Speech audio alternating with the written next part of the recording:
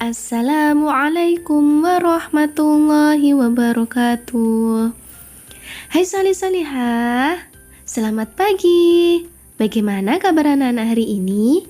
Semoga anak-anak masih diberikan kesehatan dan selalu dalam lindungan Allah Subhanahu wa Ta'ala.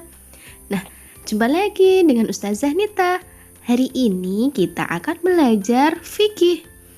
Nah, sebelumnya marilah kita berdoa bersama-sama terlebih dahulu ya, agar dimudahkan belajar hari ini. Sudah siap anak-anak hebat? Isti'dha dan hab.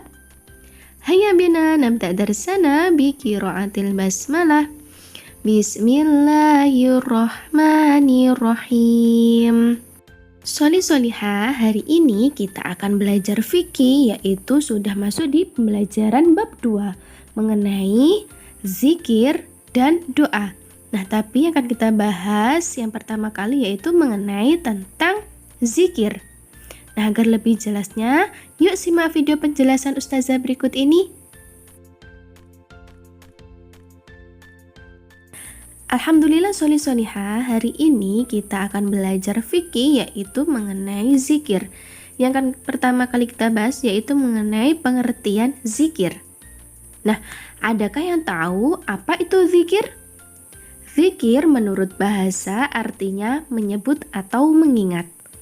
Sedangkan menurut istilah, zikir adalah mengingat Allah Subhanahu wa Ta'ala dengan cara menyebut sifat-sifat keagungan dan kemuliaannya dengan kalimat thayyibah. Nah, kalimat thayyibah sendiri artinya yaitu kalimat-kalimat yang baik. Lalu, apa saja yang kita baca dalam berzikir? Yang pertama adalah kalimat tasbih. Bunyinya gimana anak-anak? Ya, subhanallah. Artinya, maha suci Allah. Yang kedua yaitu kalimat tahmid. Bunyinya gimana anak-anak? Ya, alhamdulillah. Artinya segala puji bagi Allah. Yang ketiga kalimat takbir. Bunyinya Allahu Akbar, artinya Allah Maha Besar. Yang keempat yaitu tahlil. Bunyinya La ilaha illallah, artinya tiada Tuhan selain Allah. Nah, masing-masing kalimat thayyibah tadi dibaca 33 kali ya. Zikir dapat dilakukan setiap saat dan kapan saja, kecuali pada tempat-tempat tertentu yang tidak diperbolehkan, yaitu toilet dan kamar mandi. Setelah sholat fardu atau sholat sunnah, kita dianjurkan untuk berzikir.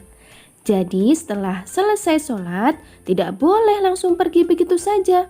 Manusia adalah makhluk yang lemah dan butuh pertolongan. Hanya Allah lah yang maha penolong. Selanjutnya kita akan membahas perintah dan syarat-syarat berzikir. Yang pertama yaitu perintah berzikir. Pernahkah kalian berzikir sesudah sholat?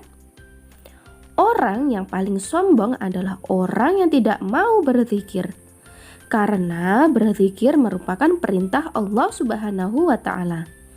Dengan berzikir, hati akan menjadi damai dan tenang. Allah berfirman dalam surah Al-A'raf ayat 205. A'udzu billahi minasyaitonir rajim. Bismillahirrahmanirrahim.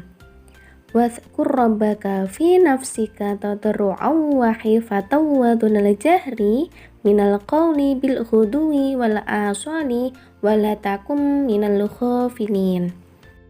Artinya, dan ingatlah Tuhanmu dalam hatimu dengan rendah hati dan rasa takut, dan dengan tidak mengeraskan suara pada waktu pagi dan petang, dan janganlah kamu termasuk orang-orang yang lengah. Quran Surah Al-A'raf ayat 205. Kemudian, yang selanjutnya yaitu syarat-syarat zikir. Ada beberapa syarat yang harus kita penuhi untuk berzikir kepada Allah, yaitu yang pertama, tanamkan zikir kepada Allah itu di dalam hati. Berzikir tidaklah bermakna jika hanya diucapkan di bibir, tetapi hatinya tidak khusyuk tertuju kepada Allah. Yang kedua, berzikirlah dengan rendah hati. Zikir tidaklah bernilai jika disertai dengan kesombongan di hadapan Allah. Allah tidak menyukai orang-orang yang sombong. Kemudian yang ketiga, berzikirlah dengan penuh rasa takut. Maksudnya, kita harus berzikir kepada Allah dengan penuh harap dan takut agar zikir kita diterima oleh Allah. Yang keempat, berzikirlah dengan suara yang wajar, tidak mengeraskan suara. Allah adalah Tuhan yang Maha Mendengar. Kita tidak perlu berteriak untuk mengingatnya. Dia Maha Mendengar, bahkan apapun yang ada di dalam hati kita. Yang terakhir yaitu jangan lengah barang sekejap pun. Mengingat Allah itu sepanjang hayat. Jangan pernah kita melupakannya. Kemudian manfaat zikir. Berzikir merupakan kebutuhan manusia. Allah tidak membutuhkan apapun dari manusia. Allah adalah zat yang maha memperhitungkan. Tidak ada sedikit pun amal baik manusia yang tidak dihargai olehnya.